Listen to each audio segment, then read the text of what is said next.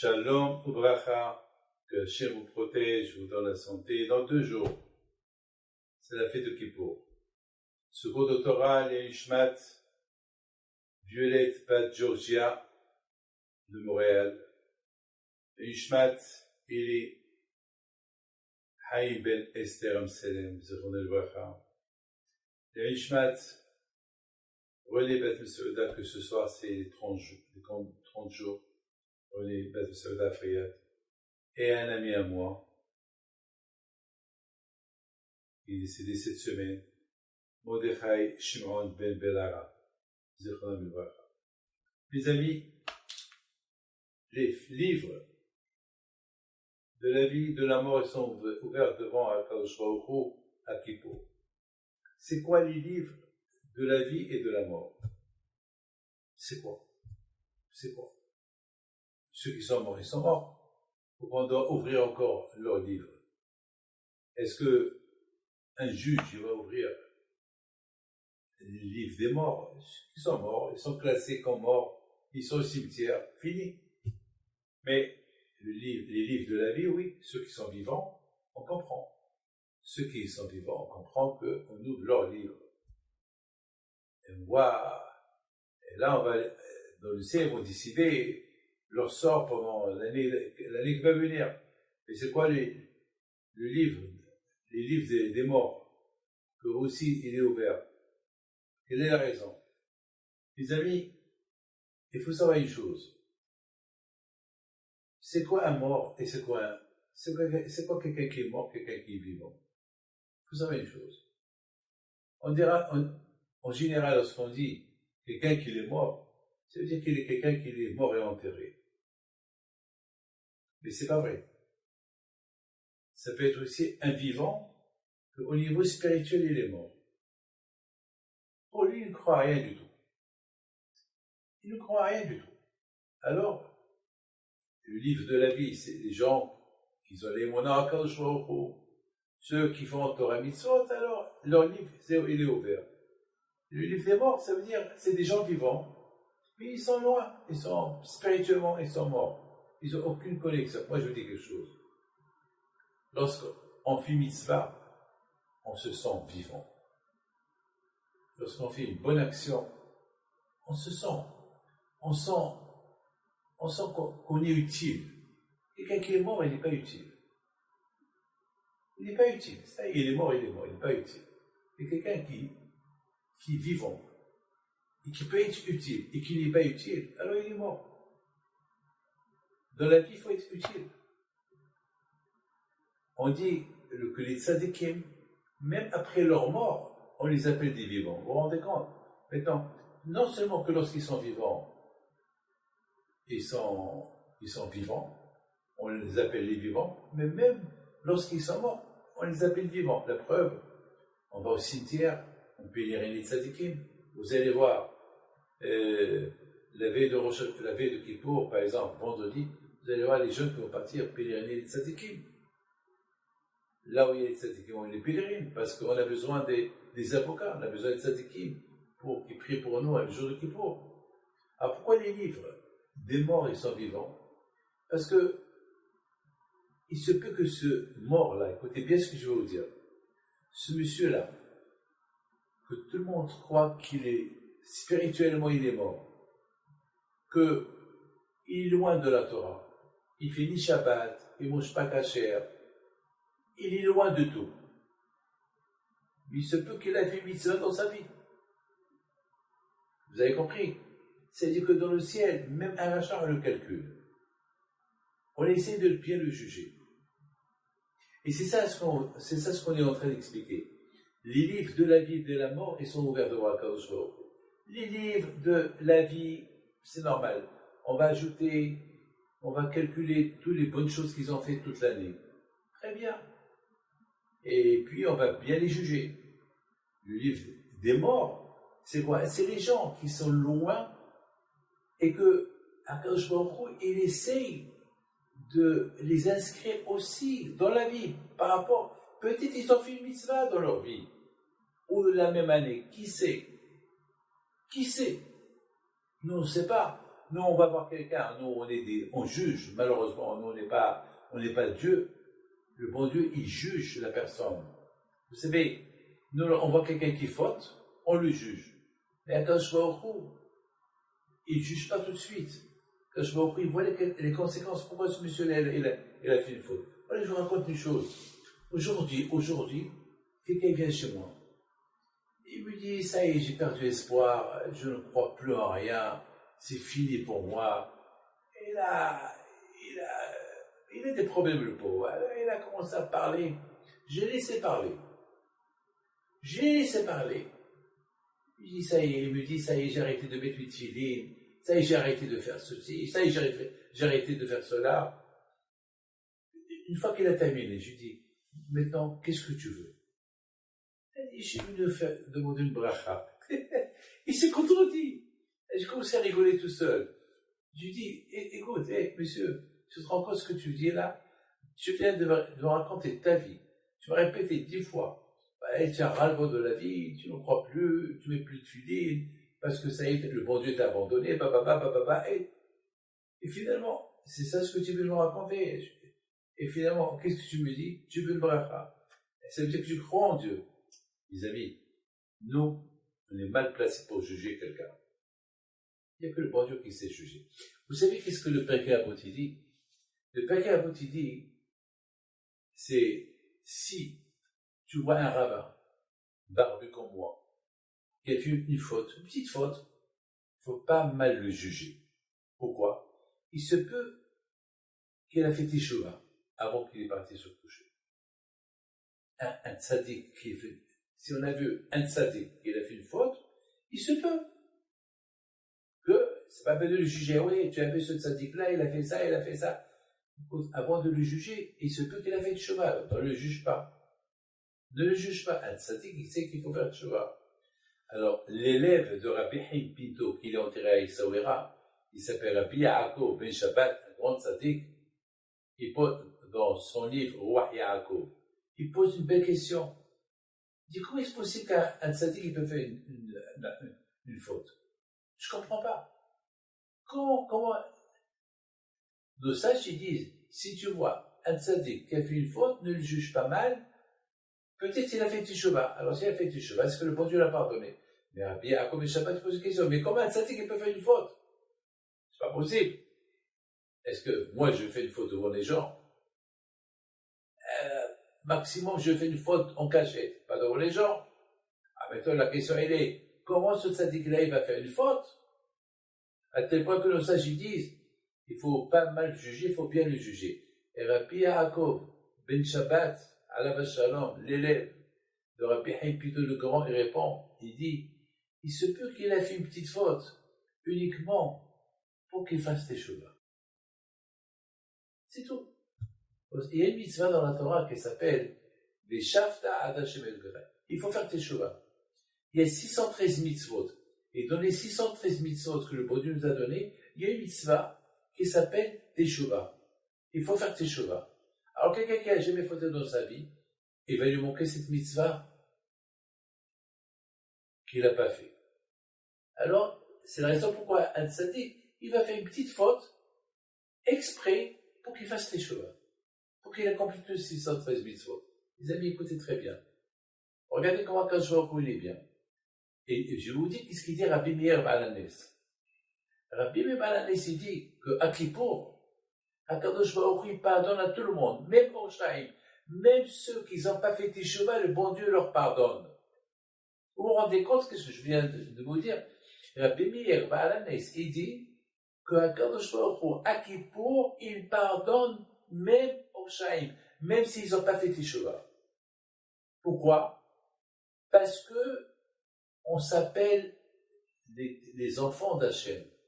Banim Atem Lachem Eloka. Vous êtes les enfants de Akadosh Baruch Hu. C'est comme on est ses enfants.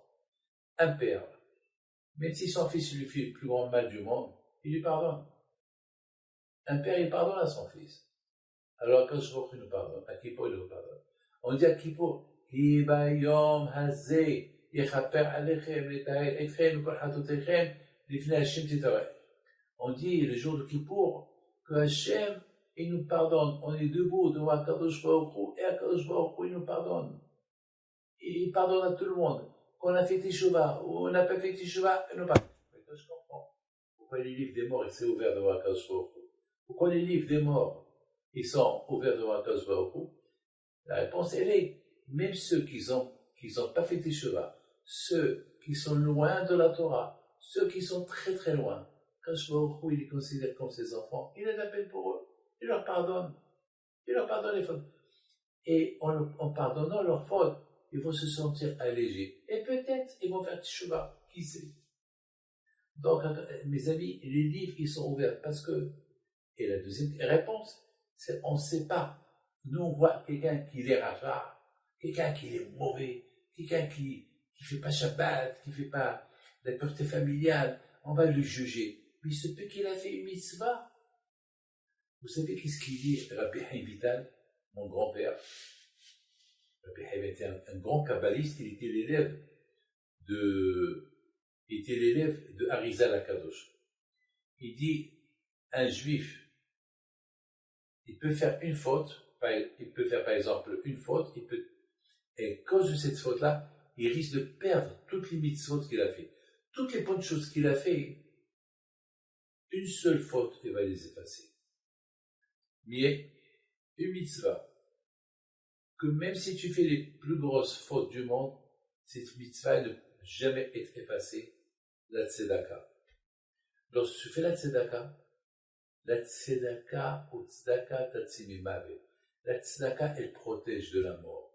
Même si tu es mort spirituellement, la tzedaka, elle te protège. C'est la folie. Hein? Donc ça marche avec tout ce que je viens de vous dire.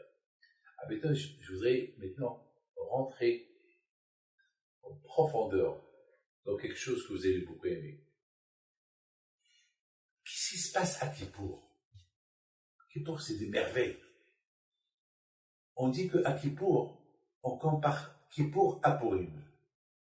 Kippour, Yom HaKippurim. Kippurim, alors il y a Kippurim, ou Kippour. Comment on arrive à comparer Kippour à Purim? Purim, on se déguise. Purim, on se saoule. Purim, enfin, on fait la séouda. On donne des cadeaux. Mais Kippour, c'est contrairement. Kippour, on jeûne, on ne boit pas, on n'a pas le droit de boire. On est à la synagogue du matin au soir. Alors comment on peut comparer Kippour à Purim? Kippour, c'est Kippour. Purim, c'est Purim. Les amis, la réponse elle est, chacun de nous, il doit réfléchir un peu. Parce qu'à Kippour, nous tous, on va à la synagogue. Presque une grande majorité des Juifs dans le monde, ils vont à la synagogue. Même s'ils vont pour un quart d'heure. Il y a des Juifs de 24 heures à la synagogue. Il y a des Juifs qui vont à la synagogue le lendemain, pas la veille. Il y a des Juifs qui vont aller à midi, à Kippour. Il y a des Juifs qui vont aller à Minha. Mais il y a des Juifs qui vont aller à la Ne'ila. 1 heure avant la fin de Kippour, les synagogues, ils sont archi pleins. La Ne'ila. Parce que la Ne'ila, c'est la fermeture. Parce qu'au moment qu'on cite El Nora Alila, Hamzelanu Me'ila, pardonne-nous les fautes qu'on a fait, alors les livres de la vie et de la mort, ils vont se fermer. Me'ila, c'est du verbe fermeture. Alors tout le monde est là. Ce que j'ai pas compris, qu'est-ce qui les attire? Alors, qu'est-ce qui les attire à venir à la synagogue, même pour un quart d'heure, même pour 5 minutes? Il n'était pas là 24 heures, il est là. Bon, il y a ceux qui sont là 24 heures, il y a ceux qui sont là 12 heures. Mais maintenant, je parle en général, qu'est-ce qui se passe à Kippour? À Kippour, on est attiré. Il y a quelque chose. Il y a quelque chose qui nous fait pousser pour aller à la synagogue. Je me rappelle, il y a quelque temps, j'y vais un juif à la synagogue, un juif que je connais toute l'année, il est au casino. Il joue, il va aux discothèques, loin, loin, loin. Je ne veux pas vous dire, quelqu'un, il regarde les femmes, et il regarde les femmes mariées, mais à qui pour? Voilà, je le vois. Je le vois, il est venu l'après-midi. Et je vois qu'il voulait acheter la Ne'ila, l'ouverture du Sefer Torah. Et je lui fais un signe qu'il n'achète pas. Il me dit pourquoi? Je lui pose la question. Pourquoi tu veux l'acheter? Tout le monde s'est arrêté. Les enchères de la Ne'ila, ils se sont arrêtés parce qu'il y avait une discussion entre moi et lui. Je lui dis pourquoi tu veux l'acheter? Il m'a dit pour passer une bonne année. Je veux que le bon Dieu me pardonne. Je lui dis mais tu sais bien que tu vas recommencer tout demain. Pourquoi tu veux l'acheter? Il n'a pas de réponse. Il pense qu'à aujourd'hui. Mais qu'est-ce qui l'attire aujourd'hui? Pour demain, il ne répond pas. Il sait que demain, c'est comme chaque année. Mais qu'est-ce qui l'attire? Puisqu'il sait très bien que demain, après-demain, il va aller au casino, il va aller aux discothèques, il va reprendre ses habitudes. Alors, qu'est-ce qui se passe? Pourquoi il vient pour acheter l'année? Et là, lui-même ne comprend pas pourquoi. Il est attiré. On dirait qu'à Kippour, on est attiré par quelque chose. Il y a des gens qui ne vont pas à la synagogue à Rosh Hashanah, mais à Kippour, ils vont. Et je connais des gens qui ouvrent le magasin à Rosh Hashanah. Je connais pas mal des gens à Paris, en France, ils ouvrent le magasin à Rosh Hashanah. Mais à Kippour, ils la ferment. Bon, il y a ceux qui sont loin, loin, loin. Malheureusement pour eux, ceux-là, ils ont reçu une éducation. Bon, malheureusement, il y a toutes les catégories. Mais il y a, qu'est-ce qui se passe? Qui nous attire? Vous savez que moi, je ne vais pas me vanter. On dit que la veille de Kippour, il faut beaucoup manger pour avoir faim, pour souffrir à Kippour avoir faim. Moi, justement, j'ai pas l'appétit, j'ai peur. Je sens une peur à Kippour. C'est pas de stress. Je sens une peur. Je sais qu'il y a un jugement. Je sais que je vais être jugé. Je ne veux pas savoir. Je ne sais pas qu'est-ce qui va se passer l'année prochaine. Déjà, aujourd'hui, on est en pleine guerre. On ne sait pas où on va aller avec cette guerre. Alors, on a l'Emouna à Kadosh Baruch Hu, on prie à Hachem, que tout ira bien si Dieu veut. Mais quand même, il y a la peur. Il y a la peur du jugement. Et vous savez quoi? Après Kippour, tout le monde est heureux. Tout le monde va chez lui à la maison comme s'il n'y a rien du tout. Attends, t'es fou ou quoi? Imaginez-vous que vous êtes jugé chez un juge et vous dit attendez quelques heures, on va vous donner la réponse. Il y a du stress. Est-ce que pendant que j'attends la réponse du juge, je vais manger un sandwich? Je vais prendre un verre de vin? Non. Je suis stressé, j'ai peur. Qu'est-ce qui va décider le juge par rapport à toutes les bêtises que j'ai fait? Alors comment est-ce possible qu'on est content après Kippour? La réponse, elle est la Emouna. On a la foi en Dieu. Cette foi en Dieu que tout va aller bien. C'est tout. On demande à quelqu'un, comment ça va? Oh Hachem. Alhamdulillah, oh Hachem, grâce à Dieu. C'est tout. On a l'Emouna que tout ira bien, c'est tout. On ne voit pas le côté négatif. On voit le côté positif, tout ira bien. On a l'Emouna. Rabotaï, cette émouna qu'on a après Kippour, c'est cette émouna-là qui nous rapproche à Kippour d'aller à la synagogue. Parce qu'il y a quelque chose en nous qui s'appelle Hachem. Chacun de nous, il y a quelque part en lui qui s'appelle Hachem. Vous savez que lorsque Mashiach il va venir, il dit le Ben Ishai, lorsque Mashiach il va venir, il n'y aura plus de mal, il n'y aura plus de tzara. Les malachim, ils vont nous appeler Hachem. Vous savez comment Moshe Rabbeinu s'appelait? Moshe. Moshe, c'est les mêmes lettres de Hachem. Mem, Shin, He. Hachem, c'est Mem, Shin, He. C'est la folie. Ça veut dire, mes amis, que chacun de nous, il a une partie du bon Dieu. Et cette partie du bon Dieu, elle se réveille en lui le jour de Kippour. Et c'est ça qui le pousse vers la synagogue, pour bien prier, pour acheter la Neila, même s'il ne fait rien toute l'année. C'est un cadeau du ciel. Mais tout cela, ça marche si au moins on a fait une mitzvah dans l'année. C'est pour cela les livres des morts, c'est des juifs qui sont spirituellement morts. Ça veut dire, ils sont loin de la Torah. Leurs livres, on les ouvre, on voit toutes les fautes qu'ils ont fait. Et peut-être dans ces fautes-là, on va trouver une mitzvah qu'il a fait.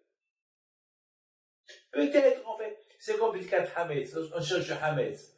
À force de chercher le Hametz, tu vas trouver un petit morceau de Hametz.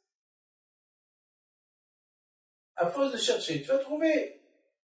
C'est la raison, mes amis, lorsque Moshe Rabbeinu, écoutez bien ce que je vous dis, lorsque Moshe Rabbeinu, il est monté dans le ciel, le Rosh Chodesh Elul, premier jour de Elul, il est resté là-bas 40 jours. Du premier jour de Elul jusqu'à Kippour, il y a 40 jours. Et le 40e jour, Hachem lui dit, bon, maintenant voilà, je pardonne aux Juifs pour la faute du vaudor qu'ils ont fait. Voilà, maintenant je te donne les secondes tables de la loi. Parce que les premières tables de la loi, Moshe Rabbeinu, il les a cassées parce que les Juifs, ils ont fait le vaudor. Ah, maintenant, Moshe Rabbeinu était content que Hachem, il donne encore la Torah au Bnei Israël pour la deuxième fois, avec les tables de la loi.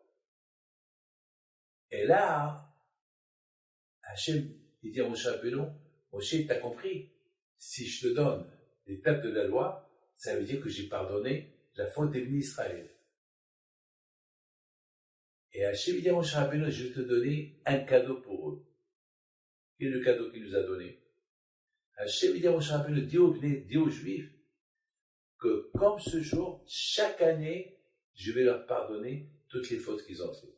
Mes amis, écoutez bien. Nous tous, on était présents en ce moment, tous les Neshamot, tous les âmes des Juifs, ils ont écouté cette phrase d'Hachem. Même les Shaim, ils l'ont écouté. Au fait, il n'y a pas de Rishaim. Vous savez pourquoi? Les Amer Kolam Tzadikim. Tout le peuple juif sont des Tzadikim. C'est le Tzahara qui nous pousse à faire du mal. Hachem, il nous juge bien. Les Amer Kolam Tzadikim. Toi, Misaï, c'est des Tzadikim. Malheureusement, il y a le Tzahara.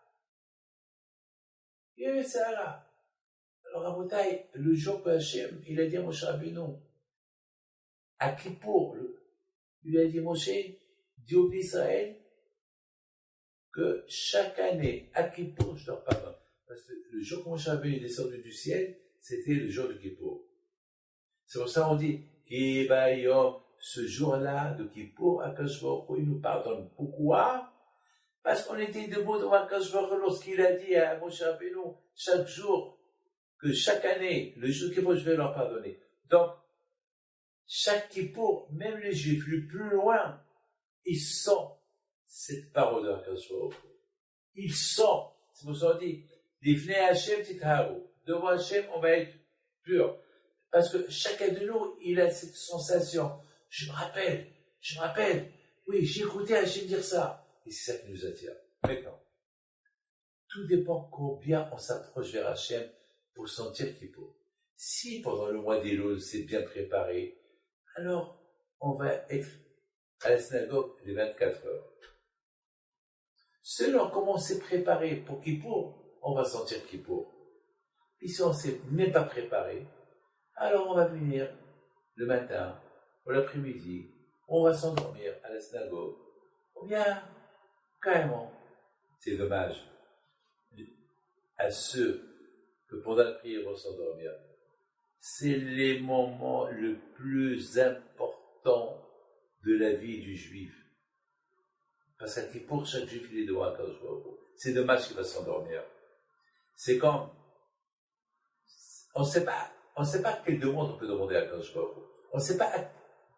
Il y a la prière de vendredi soir, Kippour. Il y a la prière du matin, Kippour. Il y a la prière de Moussaf, de Kippour. Il y a la prière de Minha.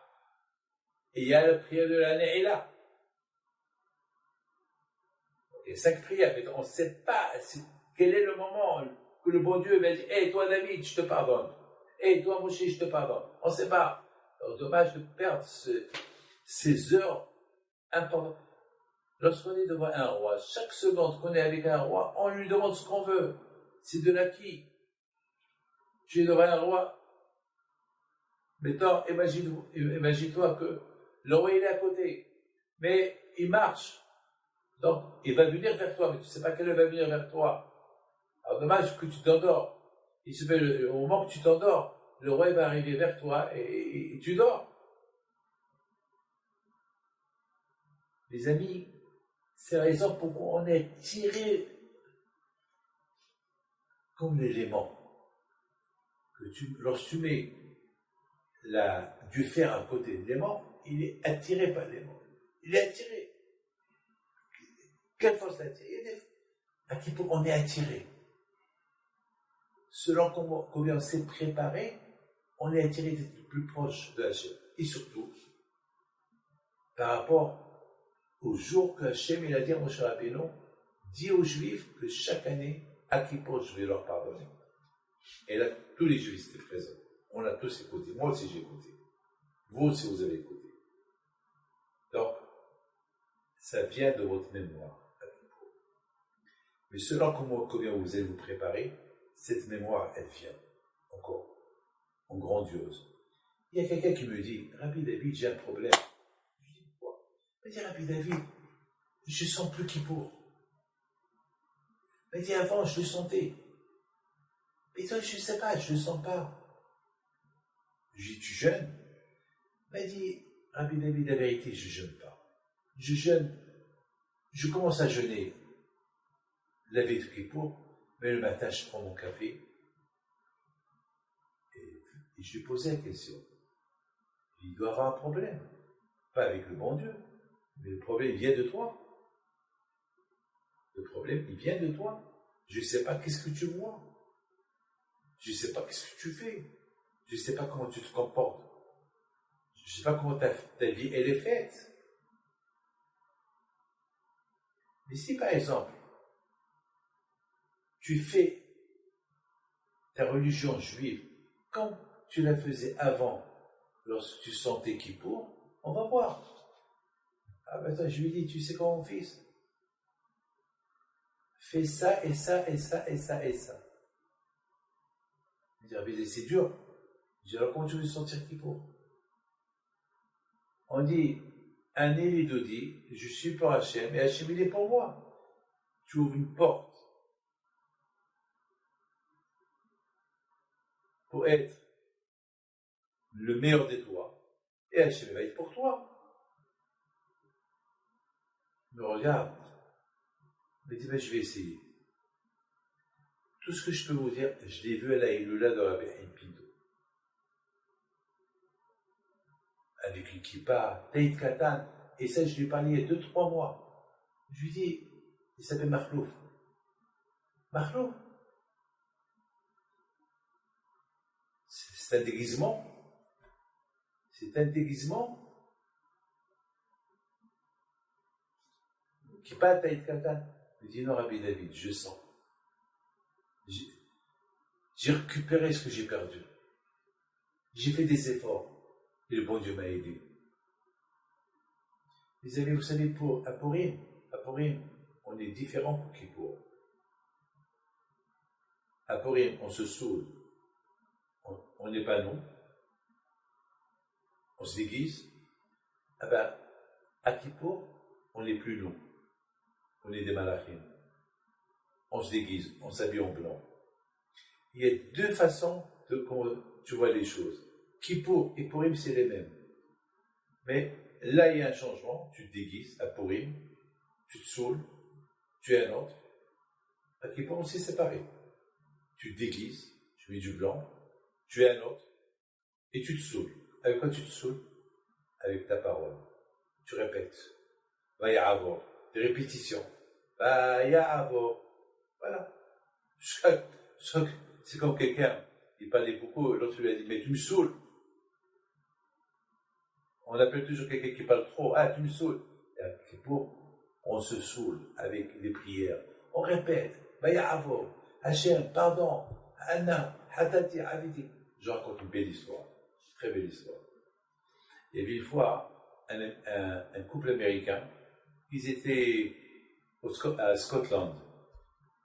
Scotland, c'est une partie de l'Angleterre. Vous savez, il y a l'Irlande du Nord, du Sud, il y a Scotland, il y a le Galles, il y a l'Angleterre, Scotland.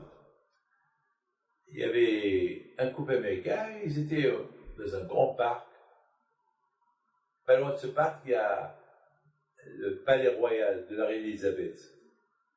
Ils prennent des photos, et ce jour-là, la reine Elisabeth, elle avait 80 ans, vieille, elle était avec son garde-corps, et elle respire de l'air avec son foulard, pour des fois la reine Elisabeth elle mettait son foulard, avec comme une vieille femme.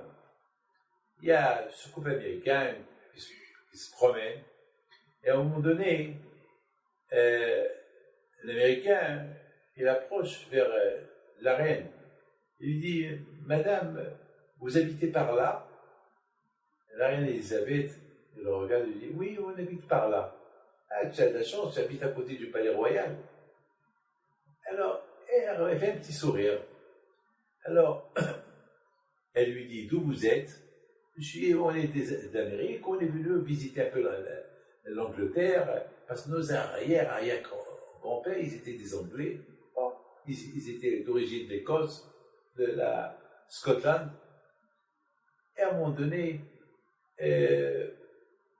la reine lui dit, tu aimes les chevaux? Ah, j'adore les chevaux, voilà. Alors, mais lui, il lui pose une question, l'Américain. Dites-moi, madame, un jour vous avez vu la reine Elisabeth? Alors la reine Elisabeth, elle fait un petit sourire. Elle dit à son garde-corps, réponds-le. Alors le garde-corps, il dit, oui, parfois la reine Elisabeth passe par là, on la voit. Alors, du coup, l'Américain lui dit, est-ce que on prend une photo ensemble, on prend une photo comme souvenir? Alors, la reine Elisabeth, il dit, oui, venez, je vous prends une photo. Alors, le garde-corps, il dit à la reine, non, madame, c'est moi qui vous prends la photo. Et le garde-corps, il prend la photo, il donne la photo, monsieur, au revoir, au revoir. Une fois qu'ils sont partis, la reine Elisabeth, elle dit à son garde-corps, quelle surprise il va avoir ce monsieur lorsqu'il va découvrir qu'il a parlé avec moi, qu'il a parlé en personne avec la reine Elisabeth.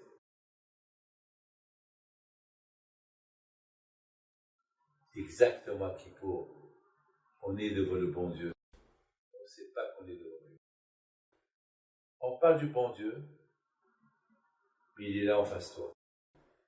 Tu dis il, alors il est en face. C'est pour ça que nous avons dit, on s'adresse directement à Kadosh Baruch. Vous vous rendez compte, ce couple américain, lorsqu'ils ont découvert avec qui ils ont discuté, c'était la reine Elisabeth. C'est à elle qu'il a demandé de prendre une photo. Mais le protocole royal a voulu que c'est le garde-corps qui prend la photo. Aïe, aïe, aïe, ils ont raté. Elle aurait pu les inviter au palais de Windsor. Et ils auraient pu être des copains. Ils auraient pu être dans les news, dans les informations. Ils étaient devant la reine, parlaient avec la reine, sans savoir avec qui ils parlaient. combien du bien le bon Dieu fait avec nous. On ne dit même pas merci. Et après, on découvre. Mais mes amis, je termine. Une chose je peux vous dire. À Kippour, on sait devant qui on est.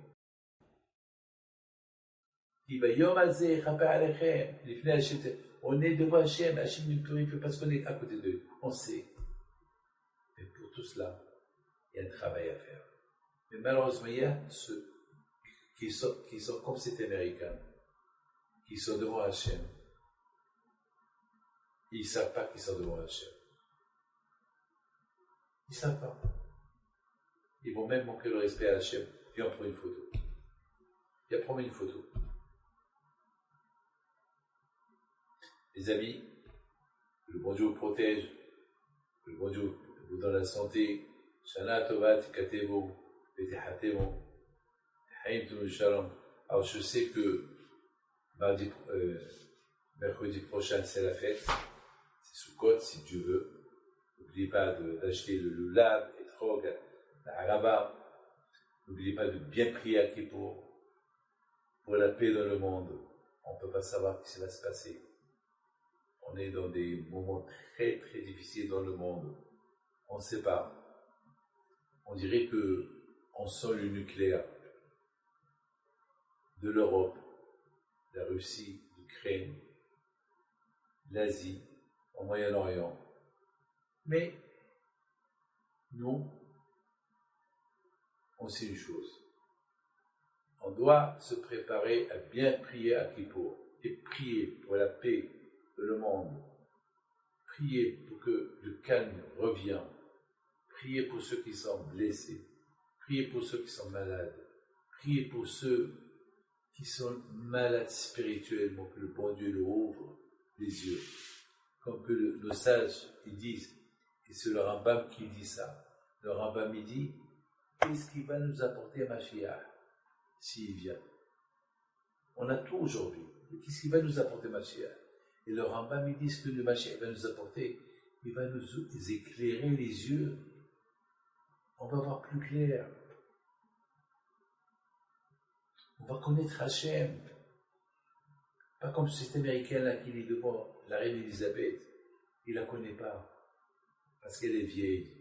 Parce que dans sa tête, il a la photo de la reine Elisabeth jeune. Il a la photo du timbre. Et dans la photo du timbre, elle est jeune. Malheureusement, il est en train de discuter avec elle, il ne la connaît pas. Qu'est-ce qu'il aurait pu gagner? Quel kavod si il aurait découvert devant qui il est en train de parler. Mes amis, Rosh Mashiach, il va venir, il va nous ouvrir les yeux pour connaître ce qu'est le bon Dieu. Je termine. Je raconte une belle histoire. Une histoire spectaculaire. Il y a une femme l'année dernière, je ne veux pas dire son nom, elle habite à Ra'anana. Ses parents habitent à Ra'anana, elle habite à Netanya. L'année dernière, elle vient à l'Aïloua d'Aubin Pinto. Elle a demandé trois choses. Trois choses elle a demandé. Elle a demandé à Hachem, je veux me marier dans l'année. Hachem, je veux que je viendrai à l'Aïloula enceinte et je veux réussir mon examen pour être avocate. Ceux qui l'ont écouté, ils l'ont pris pour une folle. Mais tout ça tu demandes à Rabbi Pinto. Et il dit pourquoi pas? Pourquoi quand je ne peux pas tout faire? Oui. Après la fête. Elle a rencontré son mazal. Elle s'est mariée avec lui. Pendant l'été, elle était enceinte. Et une semaine avant qu'elle ait été chez Rabbi Pinto, elle a réussi ses examens. Elle est avocate. Les trois choses. Ça veut dire les salaires, on a. Tout dépend comment on s'attache à Hachem. Je connais beaucoup des gens qui se posent la question, Rabbi David, qu'est-ce qu'on va devenir? Qu'est-ce qui va se passer? Qu'est-ce qui va avoir l'année prochaine? Avant avant de savoir qu'est-ce qui va avoir la prochaine, il faut déjà savoir qu'est-ce que nous, on est devant le bon Dieu. Avant de penser au monde, pense à toi. Selon comment tu vas être toi, le monde il va être. Tu vas être bien avec le bon Dieu et avec les copains, eh bien, le monde va être bien. Voilà. Je souhaite à vous tous Hatima Tova, bonne fête. Alors, si tu veux, mercredi prochain, il n'y a pas de cours, mais quand même, on ne va pas arrêter les cours. On va faire un petit cours mardi soir, c'est la veille de Sukkot. On va parler un peu de la Souka. D'ici là, peut-être Mashiach qui va venir. D'ici là, peut-être le monde va changer. On ne sait pas.